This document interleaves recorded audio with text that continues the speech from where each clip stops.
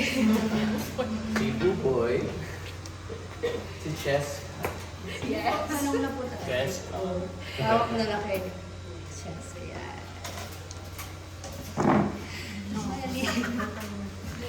Ganun. So maganda ang feedback ng Fireworks. fire, kasi yun sa gate, firewall ang sinabi. Firewall na lang. Ay, fireworks. Ay, Katy Perry po yun. Katy Perry. Nakakabulol kasi yung fireworks. Firewall na lang. ano masasabi niya na ang ganda yung pagtanggap ng firewall? Sobrang happy kami, of course, and syempre blessed kami to be part of this show. Yes. And to be honest, ako personally, hindi ko in-expect na talagang, syempre no expectations in the beginning na talagang, tataas yung ratings namin. Pero God is good. Talagang nagustuhan ng mga tao. I guess it comes with the efforts of everybody. Yun yung magandang naging resulta. Everybody's been working hard. So, thank you, Lord. Yes. Oo. Ako na-happy lang po ako kasi syempre blessing na lahat ng staff and crew at lahat ng artists na nag-collaborate talaga sa isang show, sa isang ganitong mission na all out lahat ng staff and crew at lahat ng artists, as in puso yung binibigay nila sa bawat eksena. Kaya nagre-reflect talaga. Alam mo yung pupunta ako ng taping, na-excite akong gumawa ng isang eksena kasi hindi ako feeling na umaarte. Pag nasa eksena lang ako, feeling ko talaga ako talaga si JJ at nandun ako sa senaryo na yun. At it's a rare moment for me. Wow! Yun lang. That's a Si rare Luis. moment. Ikaw naman. It's another rare moment. Kidding aside, extremely grateful for this blessing kasi yun nga, it's a new concept para din sa sarili ko. New concept siya. So nakakatuwa na sobrang positive ng feedback ng audiences kasi kuha namin feedback from all demographics, mapabata or matanda na appreciate yung concept kasi it's very timely na na-experience din talaga ng karamihan sa atin, if not us, yung mga relatives natin na magkakilala tayo na nagdaan na sa mga scams and online exploitation, which is, I think, nag-rate siya ngayon kasi yung relevance niya sobrang nakakatulong din para to counter or to defend ourselves sa mga ganitong mga kalakaran nowadays. Just kasi ng March, excited ka dito kasi nga action, malayo dun sa kontrabida role mo. So, anong na-discover mo sa sarili mo? That I actually do love doing action. Sobrang nag-e-enjoy ako. Kumbaga, in the beginning, sobrang kinakabahan ako. Kasi I've never done it before. Yung unang action scene ko was with Buboy. Yung, Beng, beng, beng. bumabaril tayo. Talagang makikita mo yung difference ng galaw ko from that scene to galaw ko ngayon. May Action. alam na ako. And parang, I think I take pride in it kasi hindi madali gumawa ng isang action na palabas. Kasi parang sayaw siya coordination, a lot of technicalities na dapat mahatid namin yung tamang way of tamang form, tamang paghawak ng baril, everything has to be right para totoo. Diba? Reality siya. Totoo Hindi siya yun. yung kumbaga palabas lang para lang aesthetic tignan. Talagang totoo. Yun Totoo yan. nangyayari. Kaya siguro mataas yung ratings kasi even men in uniform or in reality that works just like us, they can see na, proper sila. Tama Yes. yung gawa nila. Proper gun handling. Oo. So, yun. Paano yung coordinated ba't may mga sinusundan ba kayong batas? Or, kasi di ba nag-deal kayo on Philippine laws and kung ano man yan sa police something. Go attorney. Well, May actually, nag-guide sa inyo? yes, meron po talaga sa lahat ng bagay in terms of the laws, social happenings, yung mga relevance ng mga pinapakita namin dito. May guide po talaga kasi it's really important because this show is not just for entertainment, it's also for information ng ating mga kapuso, ng mga lahat ng tao. And especially din, thank you so much kay John Vic de Guzman. Ayan. Yes. Siya yung nag-check talaga ng proper handling namin of weapons. How to do namin. the Ayan. proper, kung paano gumalaw ng tama, hindi yung mukha kami nagkakalat-kalat kasi syempre nasa law enforcement kami, so dapat tama yung paghawak namin ng barel, tama yung positioning namin at kudos nga tama kay John Wick dahil kung wala din siya, baka nagkakalat po kami. Yes. Yun. Boy, paano ka na, kasi di ba from comedy to action, ano ang ambag mo? Ay, mahirap po eh. Mahirap din po siya eh. Mahirap kasi kung dating sa ambag, lahat kami merong ambag.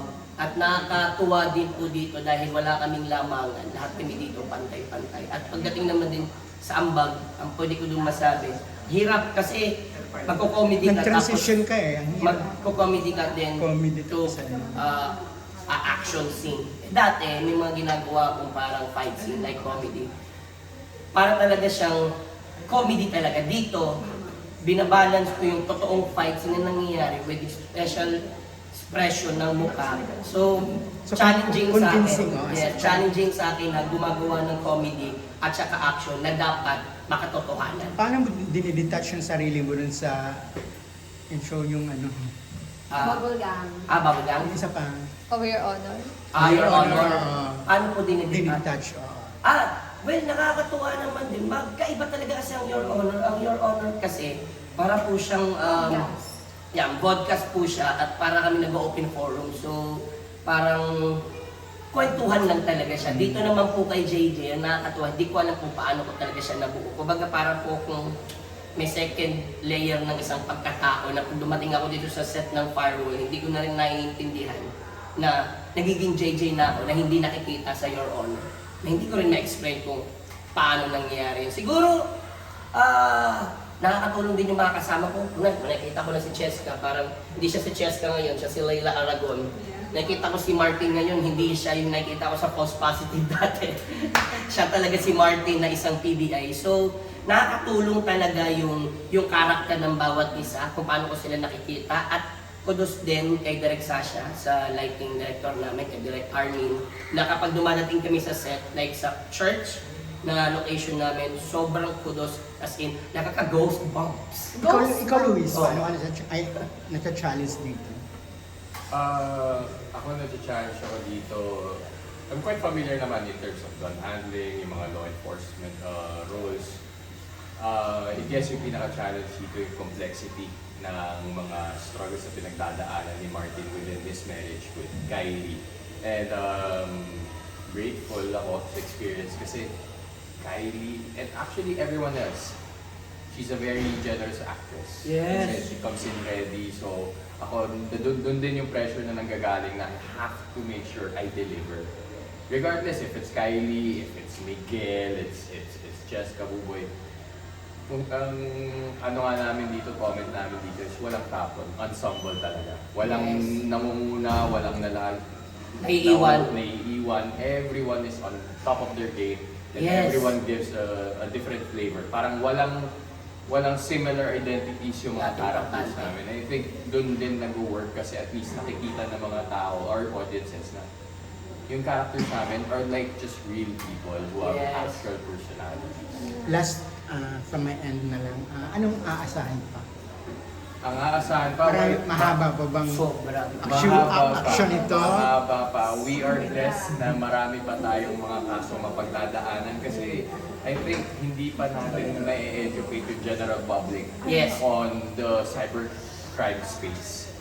Marami pa tayong pwedeng matutunan para maprotektahan po natin yung sarili natin at yung mga planan sa buhay. Yes. Kasi ngayon, ang nakawan hindi na tangible things. It's Yes. information, it's digital currencies and all of that. So, thank God for Task Force Firewall kasi it's a good way of educating people.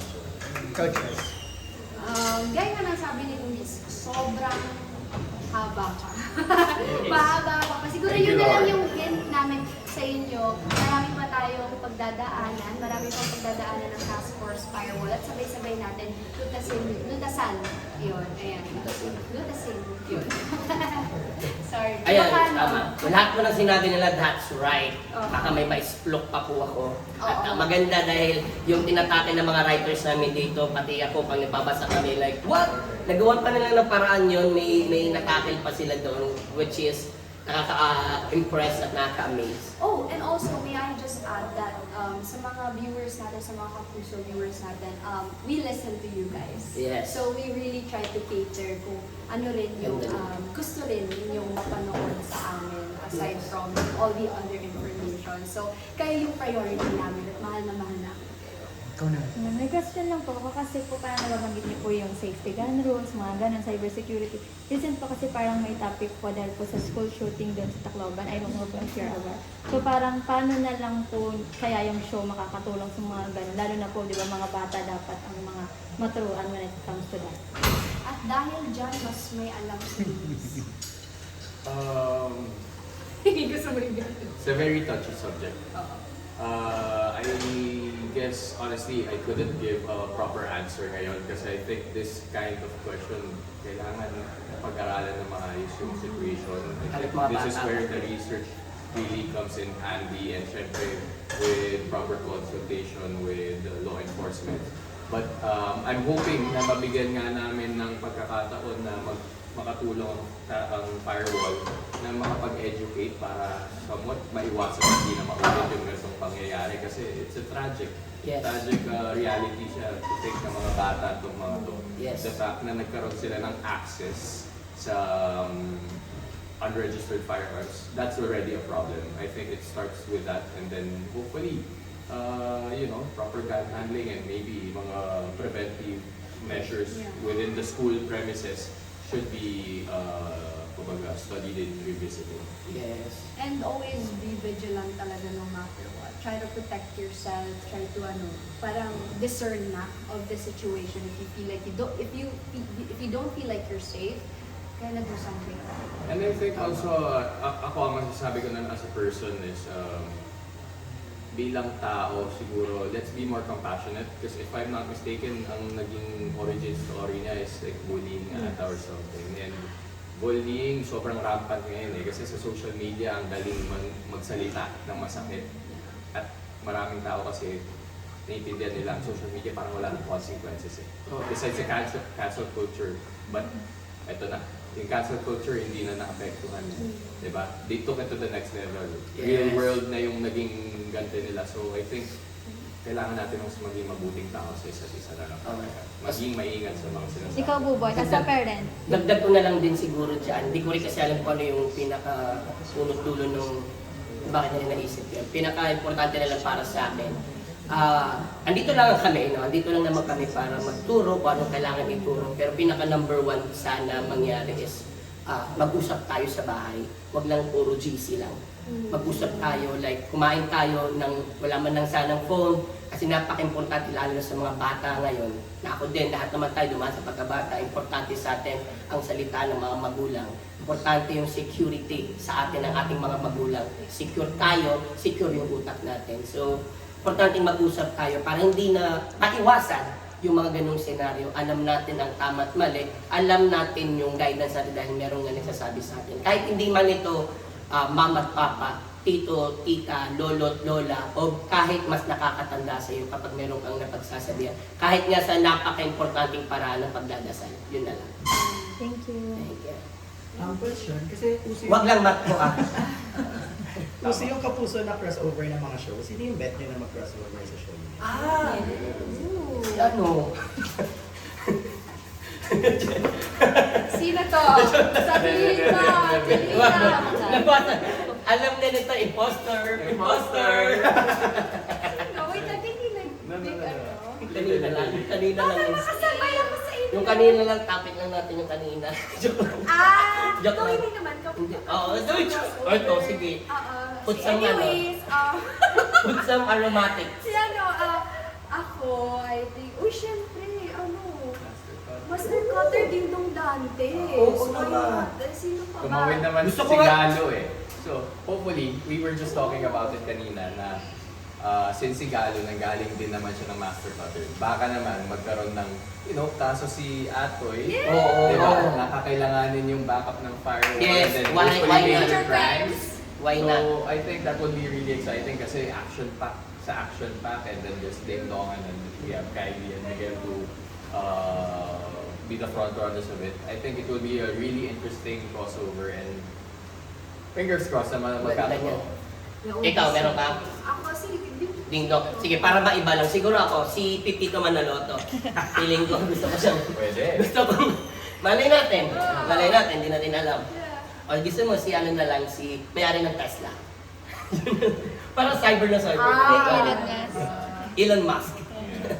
Thank you. Okay na kayo? Okay na. Mag-one-on-one ako. Mag-one-on-one ka. Solo. Thank you. Kanino ka muna? Kanino ka Chess muna? kami. Kay Chess.